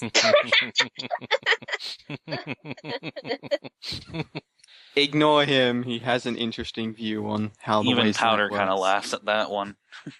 I'm wondering whether it's the whole thing or just the relatively speaking part. We're not. Whole thing. You really, Kind of the yeah, whole thing. Kind of the whole thing, yeah. kind of the whole thing. Actually, Powder Keg just kind of pats Steel on the back and just says, "Ain't no good guys in the wasteland, Tempered Steel. Even I know that." There Everyone's are the good hero ponies in the their own wasteland. head. Ugh. They're just not here right now. Pestilence gives Tibbs a wry grin and says, "What a charming group you've traveled with for all this time." That Tibbs reminds will me. I've nod. been meaning to ask. What did you hope to gain by getting Tibbs to spy on us? More information during a time where we lacked a lot, And where there that were many information- conflicting reports. And what conclusions have you come to about us? Oh. Difficult to say, huh? Yeah. Honestly, I But think listen. if I've decided anything is that you're beyond judgment as far as I'm concerned. There's only the question of what to do with you. I need to know something. What the information that Tibbs passed on to you? She glances back at Tibbs before looking back to Pestilence. Yes. Who else knows about, basically everything Tibbs told you? Well, some of my other closest advisors, Tibbs and Death. That is And to say, does- the more sensitive secrets I've kept close at hoof. Some Sensitive more, secrets like what? well, Skyfall, the true fate of Razor Apple, and Carrot Stick of the Steel Rangers. When you say Skyfall, Yes, Philly. okay. I need Only to know for sure. Me and Death and my closest advisors, and Tibbs. Okay. The executive, you haven't told him any of this stuff, right? No. Good. I haven't been in close contact with started the executive looking. anyway. Death has been at the forefront, although I suppose Famine, it's rumored now that he's been working rather closely, but I tend not to work all that closely with Famine himself, if I can help it. His gang definitely complements Pestilence in a lot of ways, but Famine himself I've always seen as kind of the stepbrother, if anything. Well, I certainly get that vibe from him recently. You know he cut out the tongue of someone who was a member of your gang, right? What? There is a raider called Pearl, and she had a son, and he talked back to Famine, and Famine cut his tongue out. I just wondered if you knew. Well, unfortunately, it wouldn't be the first time. Yeah, I suspected as much. But So no, what? He does really have. didn't realize that in question it was one of mine. Well, his Pestilence mum was one of looks rather, so I'm assuming he was too. extremely bothered by this. Who Thing was the child? Smack He didn't Dog. have a name at the time. Yeah.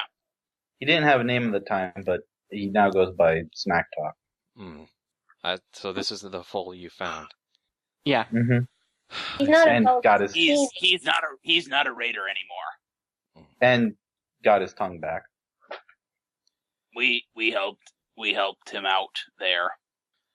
It's just, even among raiders, I figured that there'd be some kind of code against interfering with another gang's members, you know?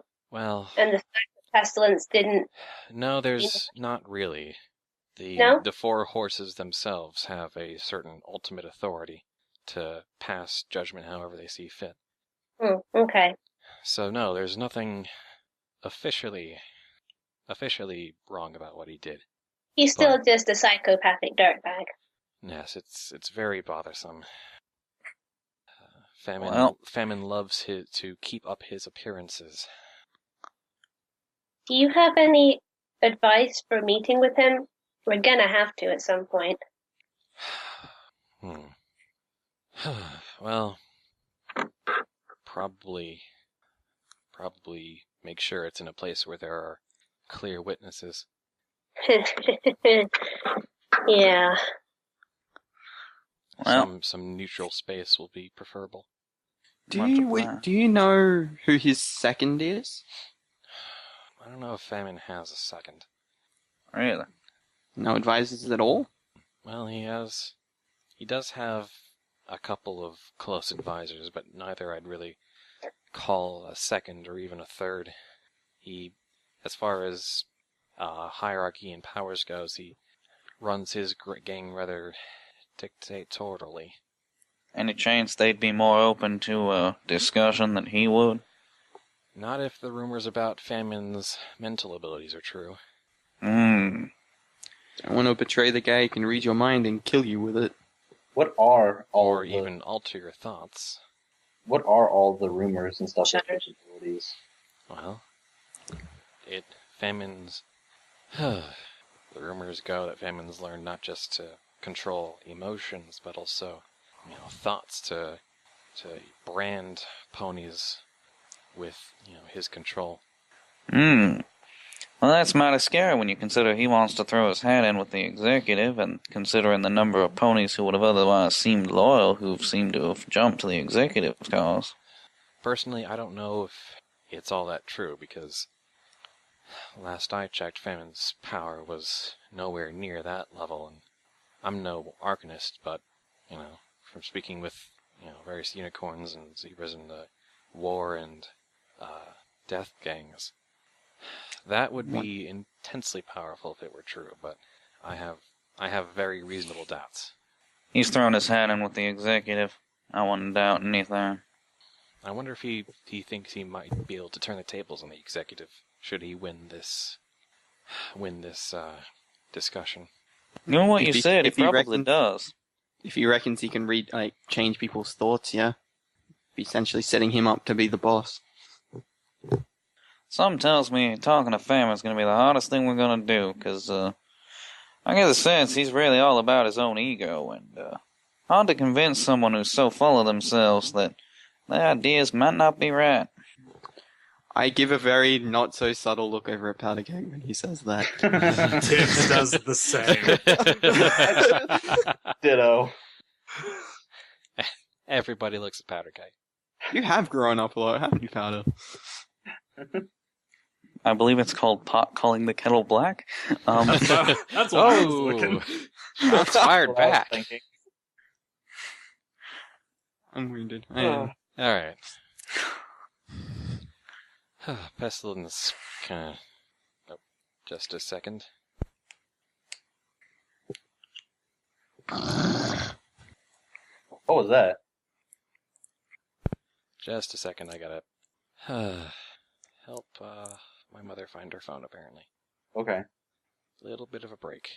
Da da da da da Da da da da da da. No, elevator. No.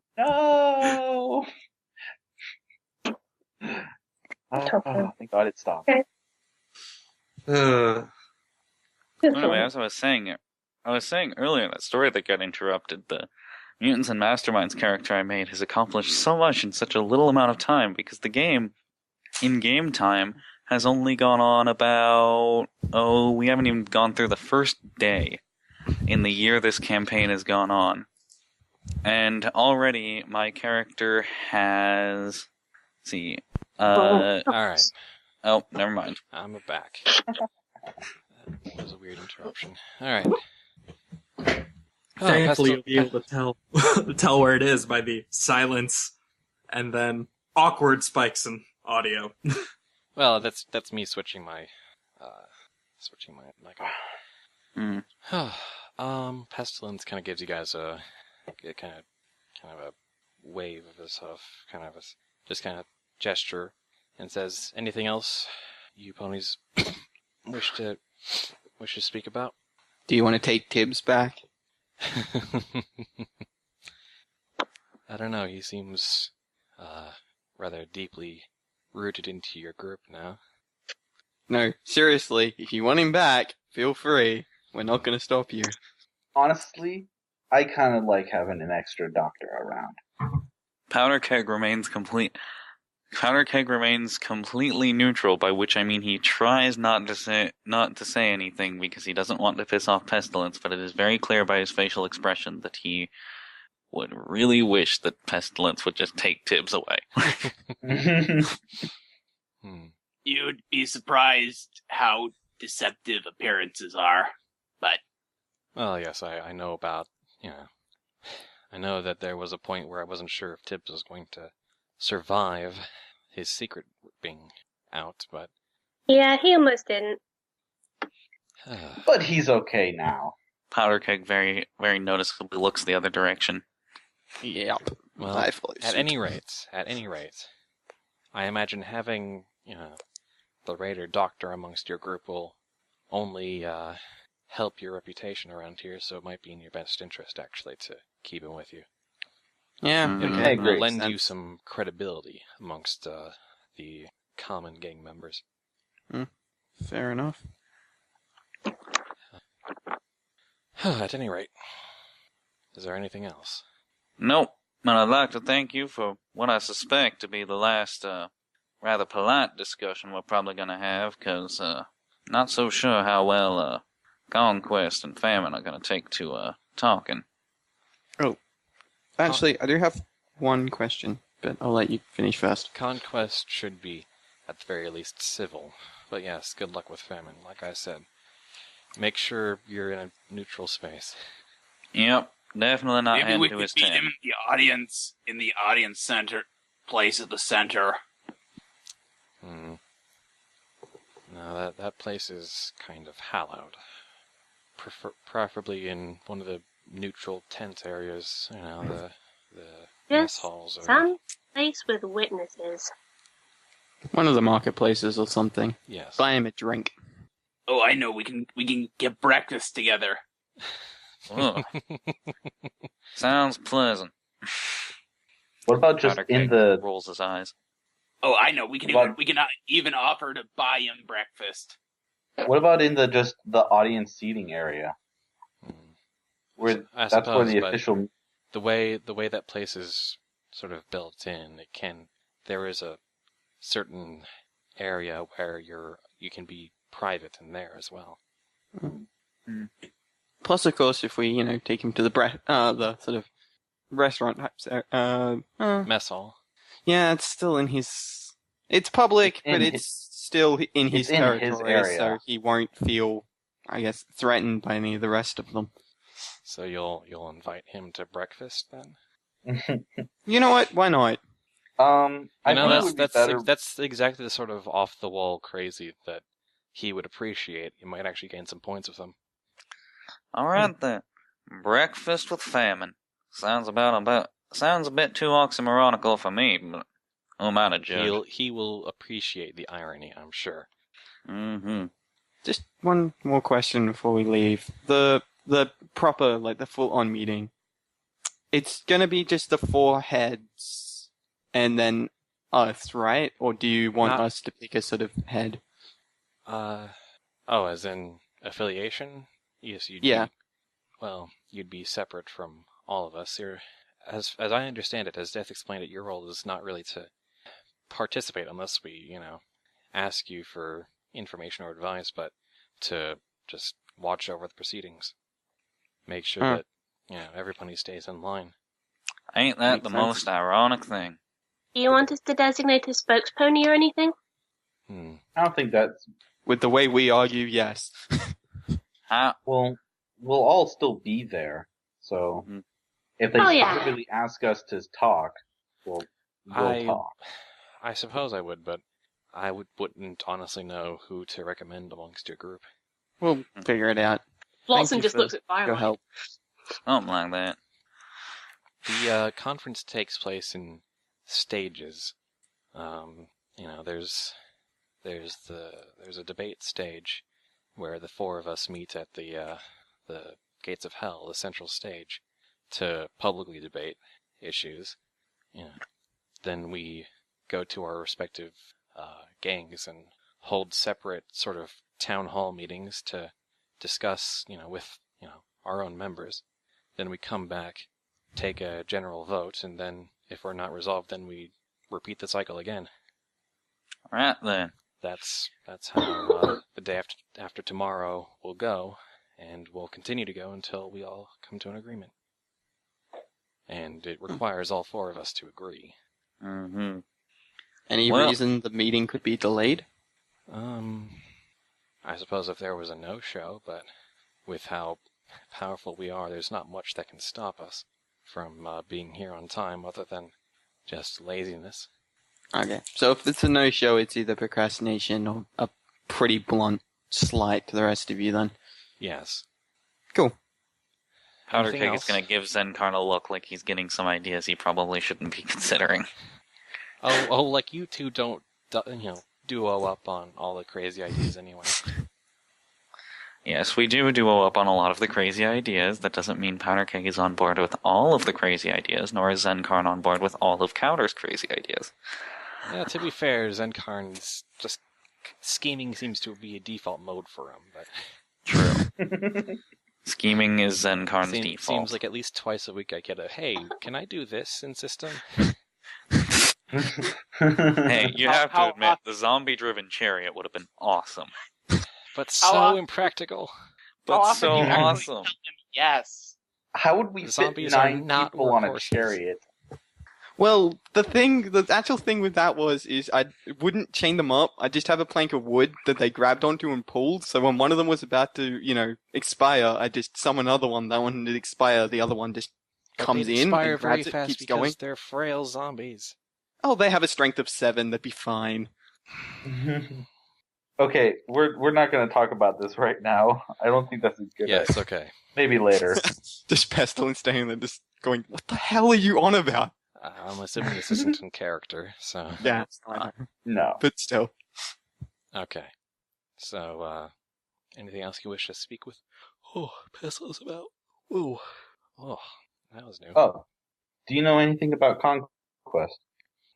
Well, we've gotten to know him fairly well in the past few days, certainly. But for the most part, we just know what sort of shadow he's being brought up under. Conquest himself, very, very devoted to the ideal war set. Not sure. He knows how to command troops, but I don't know if he knows how to lead like a proper leader really needs to. Hmm. There's leading an Also- army, there's being a general, and then there's being the leader of, a small nation. And not exactly Yeah. as we are, but in function. I'm trying to get my point across. Am I getting my point across? Yeah. I understand. But I guess my one other question is, well, I never actually got to meet War. What exactly were his ideals? Pestilence chuckles at that. The lifelong pursuit of the pleasure of battle as a means of bettering oneself and making one's impact on the world through the endless practice and ritual of war. All right. Going to death. Y'all tried to bring him back after I killed him. He wouldn't come. That was very curious, but if you ask me, War was getting on in years, still very strong, but I think he was ready to. He was looking for, I don't know, an opportunity, a way, a place, and a time to, bring his legacy to If he a fitting wanted, end. if he wanted to die, he was wanting to go out in battle. In battle. Not many people who could probably. At the very least, a spectacular and meaningful way. And in that sense, he did succeed. His death has, rippled across the gang and the Maw. Mm-hmm. It's created a new cycle. Anyway. Quick question, but how long have you all been in power? Very, very long time. Oh, how long? Well, I think we're coming up on half a century now. 50 years. Wow. Approximately. It's a mighty long streak you got. Of course, back then the four horses weren't quite gangs back then. It was more just us, the four of us. It was only in the last several decades or so that we decided we wanted to do more than just support ourselves, but pass something on, to build something great and powerful. I can understand that. But yes, we've been around, not quite in this form for a while, but the gang's several decades, us even longer, to answer your question generally. Okay. Right then. Think we're wasting enough of your time. We'll be on our way now. Of course. Good luck. Good luck to all of us. Indeed. Have a nice night. All right. Thanks for your candidness. Thank you for yours. As you leave, Pestilence reaches towards one of the plants and starts to roll it up and light it. And anyway, you leave as a plume of smoke starts building up behind you. Well, that was a nice meeting. I like him. I can see why you respect him, Tibbs. Tibbs just nods. Well, it's getting kind of. I'm assuming it's getting kind of late at this point. Yeah, at this point the sun has fully set, and the camps of Apocalypse are all lit with numerous torches, keeping the place, lit like a town in the nighttime, but still the darkness looms overhead. It's almost kind of pretty. Flotsam, by the way, lets Craggy out of her saddlebags for a stretch. Ah, yes. Craggy appreciates the chance to stretch a bit. How big is Craggy now? Does he still fit in Flotsam's saddlebag? Actually, he has grown a bit in the past couple of days since the hunt. Now he's starting to fill up one of Flotsam's saddlebags pretty heftily. When the seams start bursting, he can just start either walking alongside Flotsam or riding on her back. And then one day Flotsam will ride on Craggy, and it will be glorious. Da, da, da, da. Horses riding, alligators riding, horses riding. Well, not just alligators, crocodiles. Pretty much the rock golem of the animal kingdom. Yeah. Well, the weird magical animal kingdom. How heavy will Craggy be at that point when Several he no longer tons. fits? Well, I mean, when he no longer fits in the saddlebag, he'll probably be pretty dang heavy. Yeah, Like, so I imagine just, already carrying Craggy around in a saddlebag is pretty significant effort on Flotsam's part. I mean, he weighs probably at least 40 pounds. It is a labor of love. Not quite that big yet. The bags aren't that big, but it is. Flotsam is going to get every day of Flotsam's life is a full-time workout. She's going to be all kinds of athletic and buff by the time she's ready to start riding around on Craggy. Damn straight. Anyway. But yeah, you haven't received word from anyone in the war camp saying that Conquest is ready to meet, nor from Famine, though you haven't sent him the new proposal yet. Yes. Starting off with that, Powder Keg is just going to be like, hey, Tibbs, you know enough of Famine to send him a note directly? I might be able to do something. Not entirely sure, but I could give it a whack. Death said that he was going to be your go-between there, so you can actually just probably talk to him to set up the meeting. Alright, let's go talk to Death.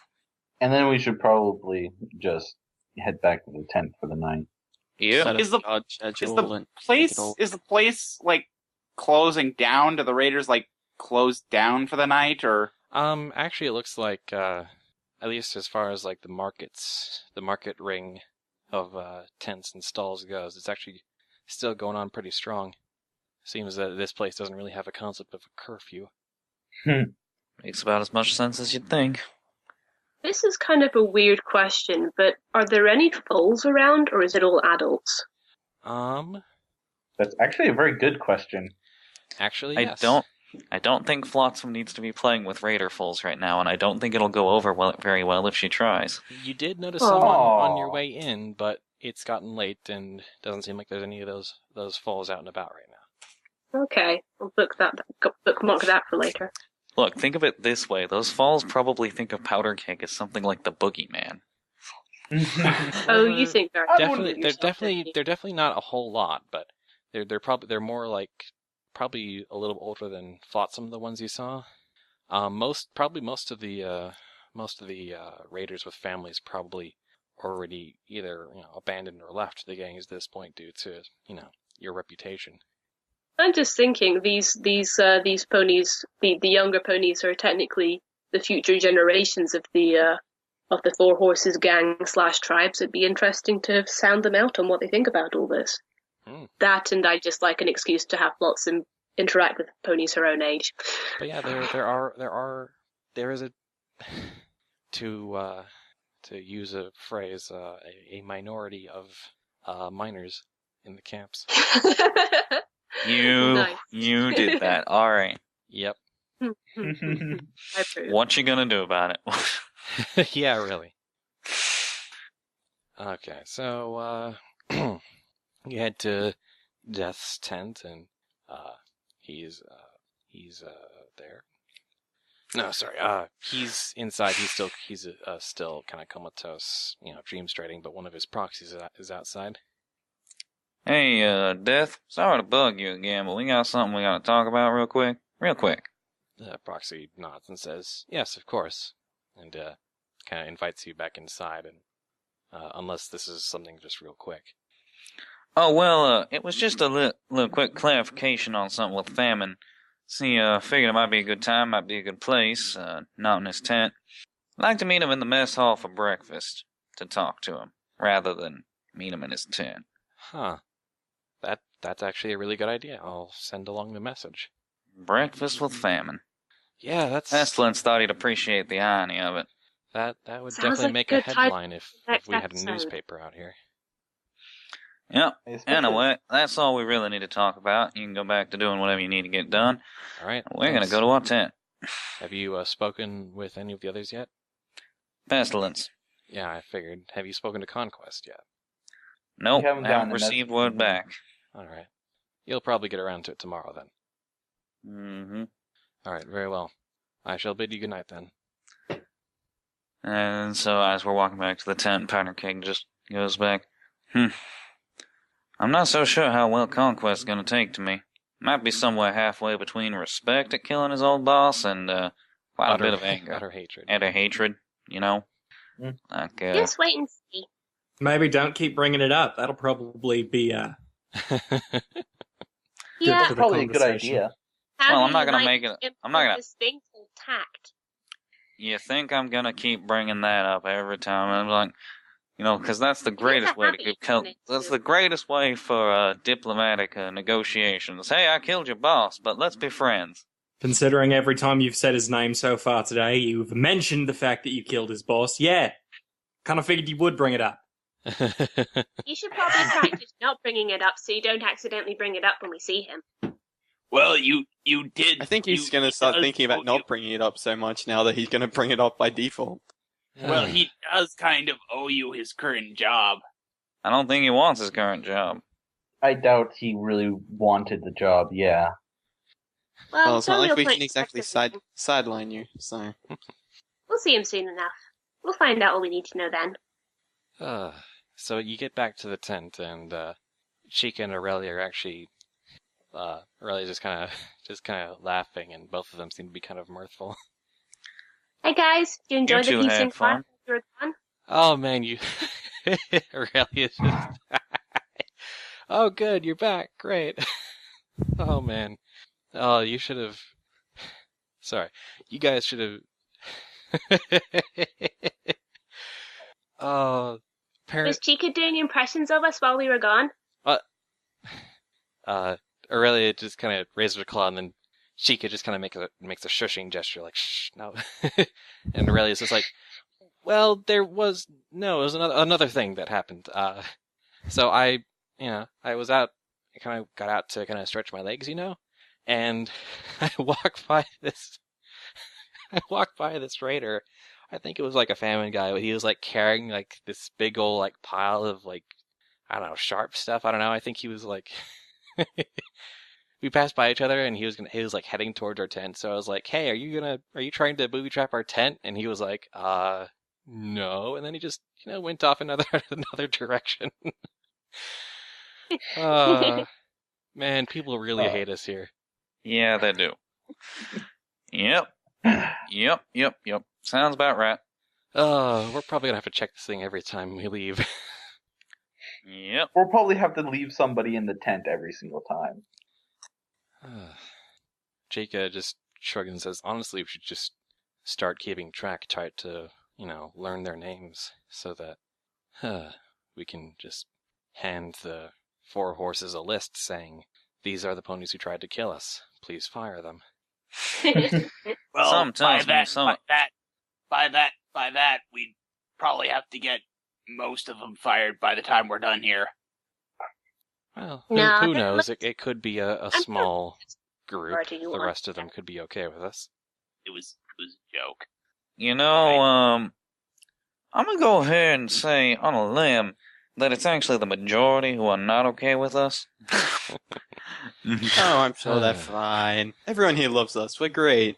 I think most of them will probably respect their bosses enough to at least not act on their murderous impulses. Mm-hmm. Yeah, And I mean, how much of the stuff that we found was actually just going to straight up kill us? Yeah, I mean, it was pretty small fries. Snakes and rat Chica scorpions. gives you an odd look, saying, it's like, so what, it's a very specific hazing ritual, is what you're saying?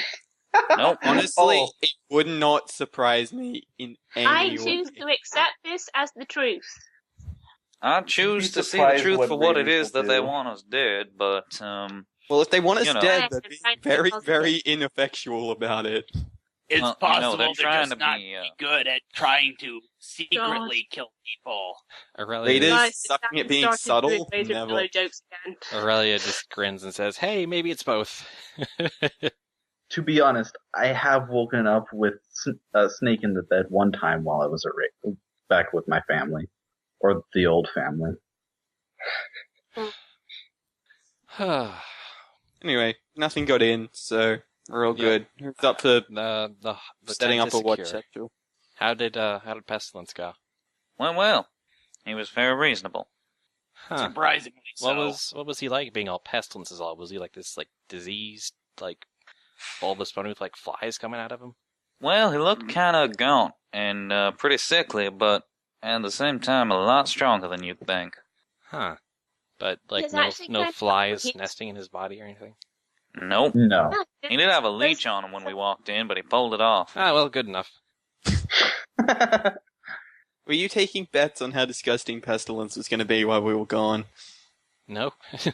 The two of them look at each other and Aurelia says, no caps changed hands. But we were wondering. You do realize, Bud, you're definitely going to have to write this up now. No, I don't. Yeah, It's You not do that now. interesting.